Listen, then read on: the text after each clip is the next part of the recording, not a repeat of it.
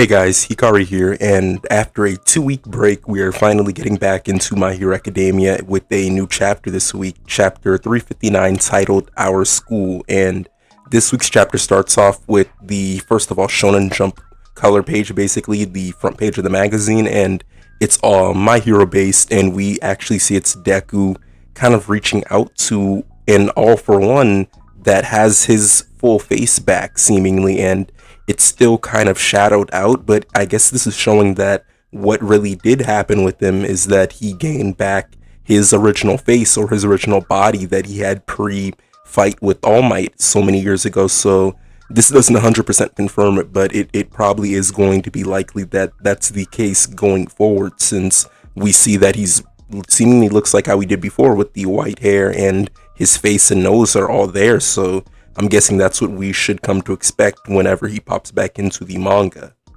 On top of all of this, it is actually My Hero Academia's 8th birthday also, and we get a cool color page for the 8th birthday, and it's showing all of the members of Class 1A and a bunch of different other people in the story, and they're all celebrated and excited. And I think it's cool that we actually do see that Bakugo's holding up 4 fingers, and Deku's also holding up 4 fingers to make for the full 8. And it's just a really cool color page, and we actually see in the color page that Endeavor is missing his arm, so that's fully cemented. He did lose his arm in the fight with All for One.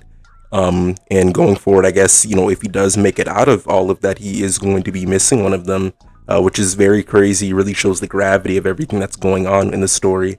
But without further ado, let's get into the beginning of the chapter. The first page of the chapter shows off a bunch of different wires and all of that, and everybody's saying, hurry up, move here, that's blown, go there, that shaft's bending, we need spares. And this is the UA in the sky, and I'm guessing this is like the underside or the control center of the sky base, or the sky thing that they have going, and they're talking about how they're starting to lose altitude and that they may crash due to Shigaraki being so huge now from all that weight and all of the growth. And one of the people filming actually says that the same electromagnetic barrier that keeps Shigaraki caged also renders impossible any communication with the exterior. So right now they can't communicate with the people on the down floor. They have to completely go based off of what's happening up there, and they have to have complete trust in the people outside to kind of help them out in any situation that comes up with them being in there.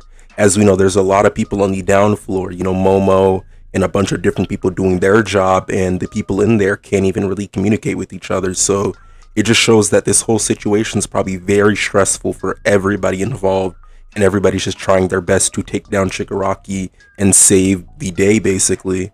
And one of the people working up there says, this isn't the time to take selfies, get to work, what are you doing? And they're basically saying that they're going to be using this as a sort of documentary, and that they kind of need all of this film, all of this footage to really show everybody in the future that they were able to win, and this will show them how they were able to win, years and years from now. So it's very important that they film almost everything that's happening, the good parts, the bad parts, just to show that they were able to do it. So it's very, very important that they film all of the stuff that's going on.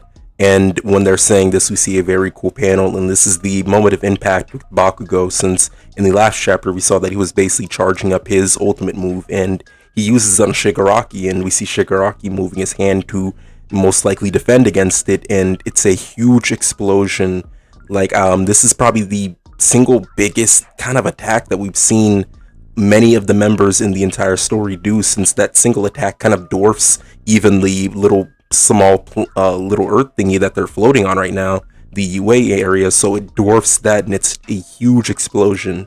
We cut over to Aizawa, and he's telling Monoma to keep his eyes open, don't close them, for a even second. Even though the explosion went on, do not close your eyes. This is very important.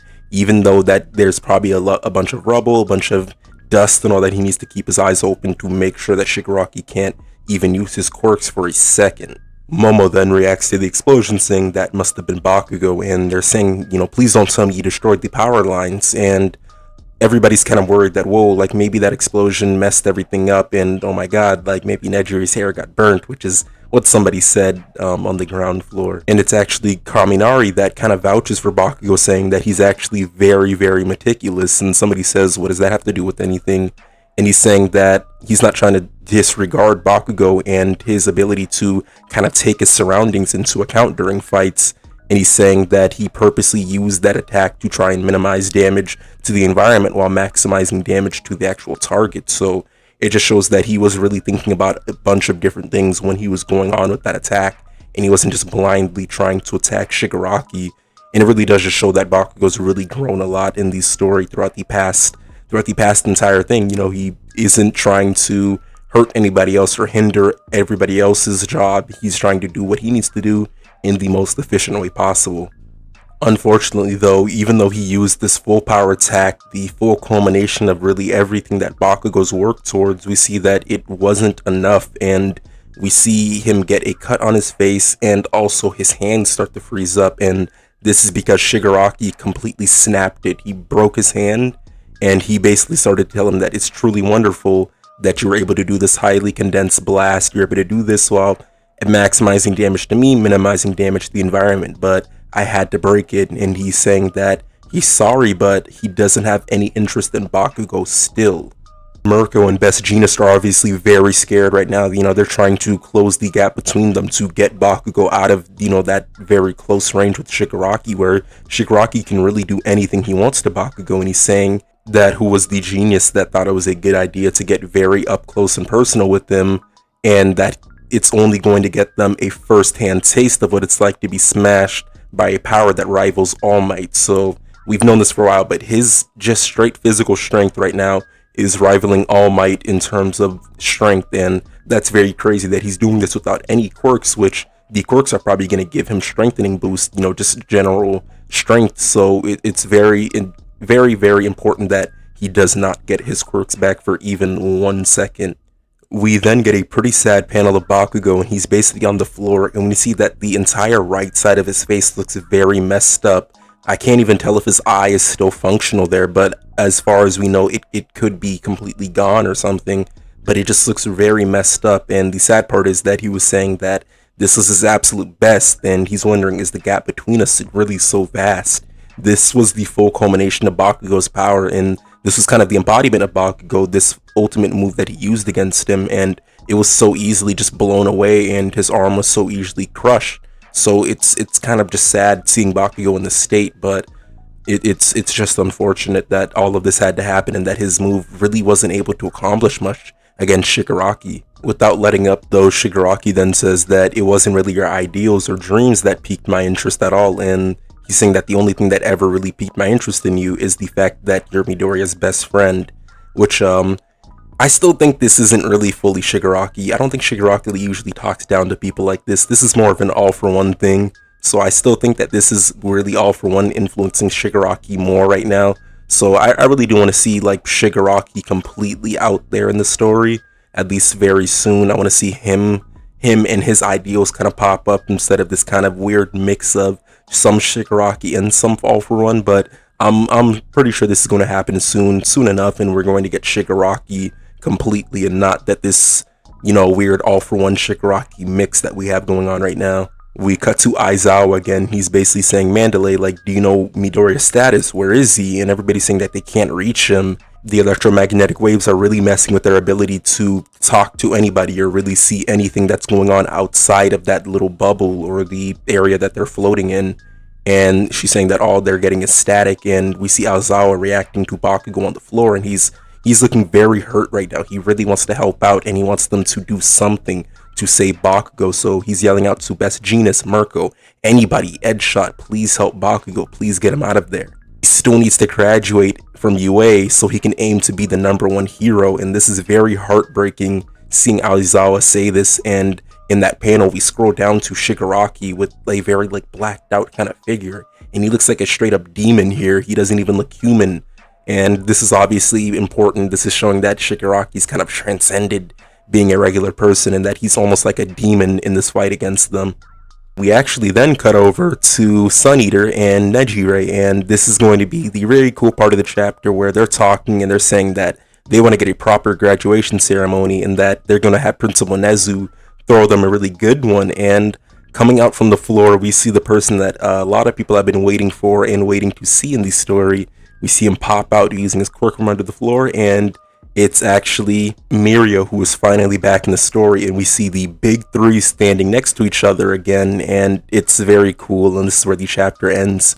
And it's been such a long time that we've seen him get into a fight, or seen him in the story, really. It's been a very long time since we've seen Mirio, so it's very cool seeing him pop up again at the end of this chapter. And of course, there's no break next week, so hopefully we're going to get even more of this fight and see Mirio fight with the other big three members, and it's going to be very awesome. I already know, and I really can't wait. But with this being the end of the chapter, I want to ask everybody what they thought of it. And I thought it was a very sad chapter, kind of seeing Bakugo in that weakened state, just on the floor, unable to do anything, and having his ultimate move, the big attack that he's perfected, that he's done so much to work towards, getting blown away that easily by Shigaraki. And it was also very heartbreaking seeing Aizawa just begging somebody to help him.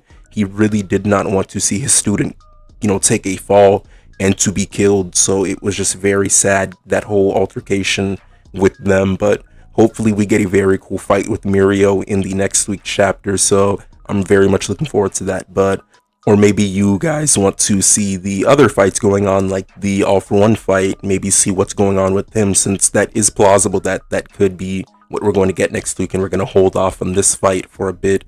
But either way, I'm going to be very content and very happy with whatever Horikoshi does. But definitely let me know what you guys thought of the chapter in the comment section. And also, check out a lot of my other videos on the channel. I make a lot of theory videos and just review videos just like this one. So definitely check it out, and also subscribe if you like this format of video, and if you like my content, it really does help out. But I just want to thank everybody for watching this video, and I'm out. Peace.